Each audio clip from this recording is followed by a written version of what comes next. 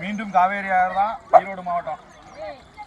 தம்பி இந்த பிளாஸ்டிக்லாம் நல்லா பாருங்க.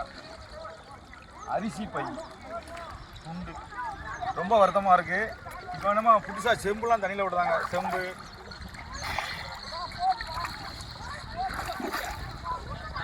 குறைஞ்சது ஒரு 100 பேராவது நாங்கள் வரணுங்க. திருநெல்வேலி மாவட்டத்துலேருந்து வந்தால் ஒரு மாதம் தங்கினா கொஞ்சம் கொஞ்சம் க்ளீன் பண்ணலாம். பாருங்க, ஜாக்கெட்டு கூட பிடிக்கல மக்களுக்கு, கலத்தி போட்டுறாங்க. அப்படியாவது மனுஷன் எதுக்காண்டி இப்படிலாம் செய்தாங்கன்னே தெரில. ஒரு கொடுமையான ஒரு இது அப்புறம் பாருங்க. இதெல்லாம் மக்குமா? மக்கவே செய்யாத ஆண்டவனே. ஆனால் மக்கள்லாம் திரும்பணும் என்ன செய்ய போகிறாங்கன்னு தெரில. ஒரு நாளைக்கு 1 டன் துணி வருது உங்களுக்கு. 1 டன்னில் வந்து பாதி நல்ல துணியை இவங்க எடுத்துக்கிட்டாங்க, பாதியை தண்ணியில் விட்டுதாங்க. நானும் 1 மணி நேரமாக நோட் பண்ணி பார்த்துட்டு தான் இப்போ தண்ணியில் இறங்கி இதை எடுத்து ஒரு பேட்டியை நம்ம உலக மக்கள் எல்லாத்துக்கும் தெரியட்டும் அப்படின்னு நான் போடுறேன். என்ன செய்ய போகிறாங்களே தெரில.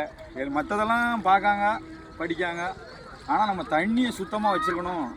நம்ம முன்னோர் காலத்துலேருந்து தண்ணியை நம்ம சங்கதிகளுக்கும் நம்ம வருங்கால நம்ம குழந்தைகளுக்கு நம்ம பேரன் பேத்திகளுக்கெல்லாம் வேணும். இந்த தண்ணி எத்தனாயிரம் ஆண்டு காலமே ஓடி இருக்குது சுத்தமாக.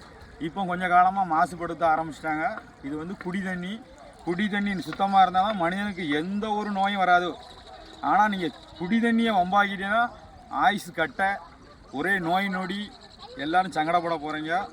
தயவு செய்து நம்ம இந்த காவேரி ஆறை எல்லா மக்களும், நீங்கள் காவேரி ஓரம் இருக்குது அந்தந்த மாவட்டத்துக்காரங்க தான் துணியை போடாமல் பார்த்துக்கிடணும். அங்கே உள்ள நகராட்சி, மாநகராட்சி, கலெக்டரு, தாசில்தார், பெரிய பெரிய அதிகாரிகள், சொல்லப்போனால் நம்ம தமிழ்நாடு முதலமைச்சரே சொல்லலாம்.